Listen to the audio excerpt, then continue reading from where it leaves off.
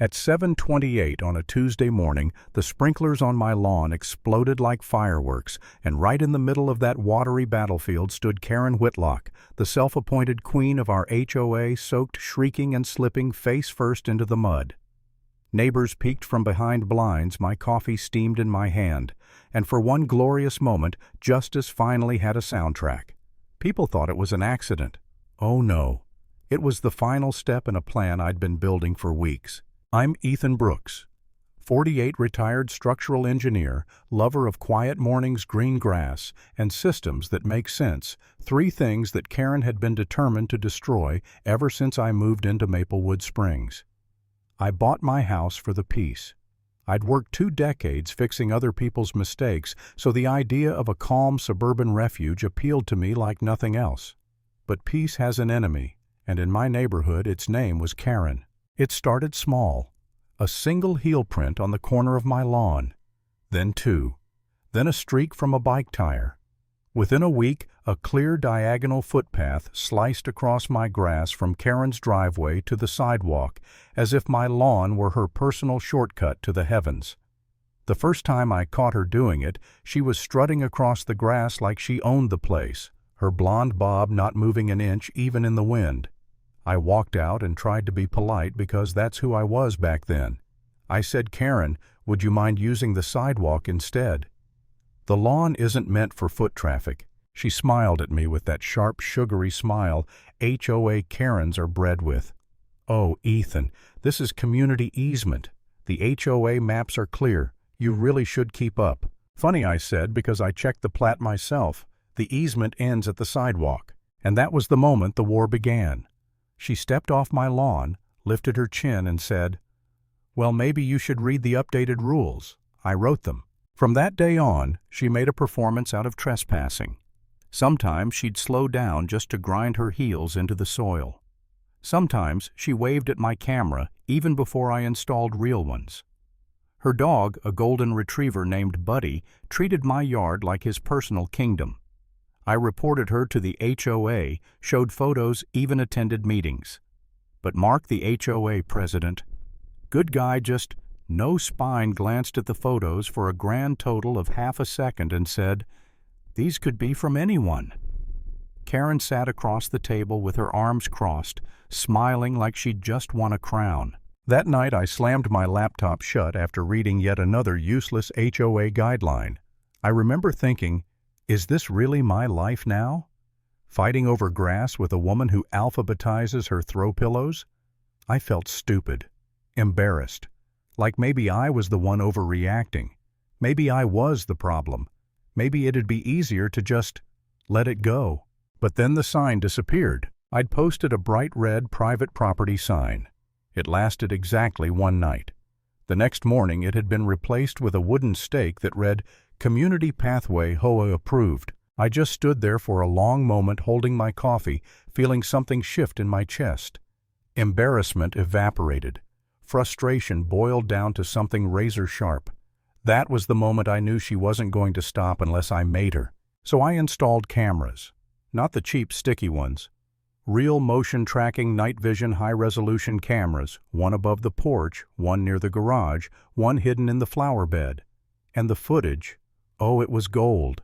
There she was every morning at precisely 7:30, marching across my lawn like she was leading a parade of entitlement.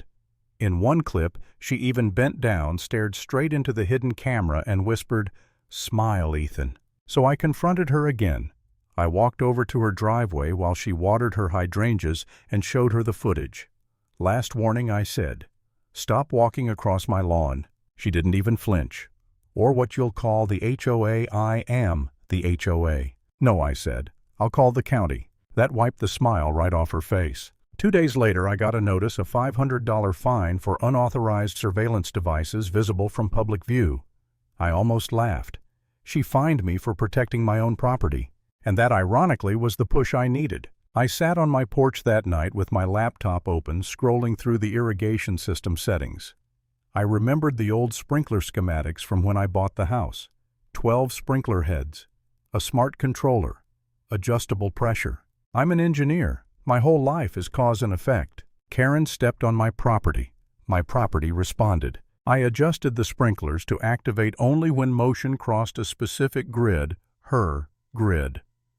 The next morning, I woke early, coffee and hand camera feed open. At 7:28, motion triggered. Karen stepped onto my lawn with her usual smirk. 2 seconds later, the sprinklers roared to life. Water blasted upward in perfect arcs. Her heels slipped instantly. Buddy barked like he'd seen a ghost. Karen shrieked as she spun, drenched from head to toe, mascara streaking, sunglasses flying. I almost spilled my coffee laughing. But of course, Karen never goes down quietly. The next morning, she pounded on my door like she was serving a warrant.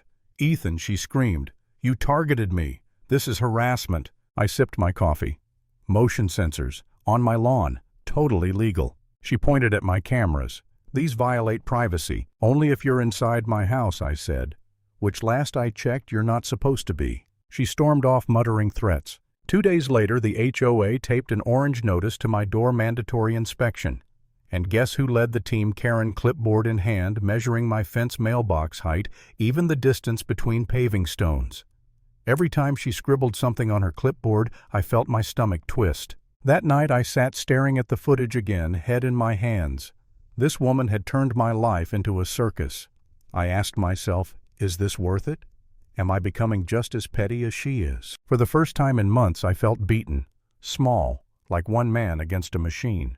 But then I saw it, another clip. Karen sneaking across my yard at night with a flashlight, tiptoeing like she was breaking into Fort Knox. She was obsessed, addicted to control. And I finally understood she wasn't powerful. She was reckless. So I made the second version of the sprinkler system, heat-sensitive night detection with higher pressure. At 9:07 p.m., she tripped it. The water shot up, she flipped backward, and her flashlight spiraled into the air. I watched it all live, laughing so hard I choked on my coffee. The next morning, a new letter arrived. Final notice. I was being investigated for acts of aggression.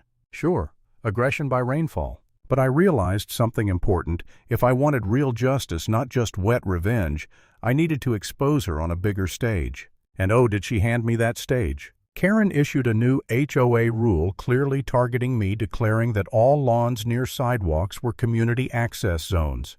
Then she strutted across my lawn again, this time with 2 HOA board members following like confused ducklings. She even gave me a fake little wave. So I built a trap. I hired a landscaping crew to install premium synthetic turf, beautiful green perfect. What Karen didn't know was that under that turf was a thin layer of mud lubricant. From above, it looked flawless. Underfoot, it was an ice rink. The next morning, Karen walked out in wedge sandals, talking loudly on speakerphone about residents who need to learn their place. She stepped onto the turf, and the universe delivered. Her legs shot out. The phone went flying.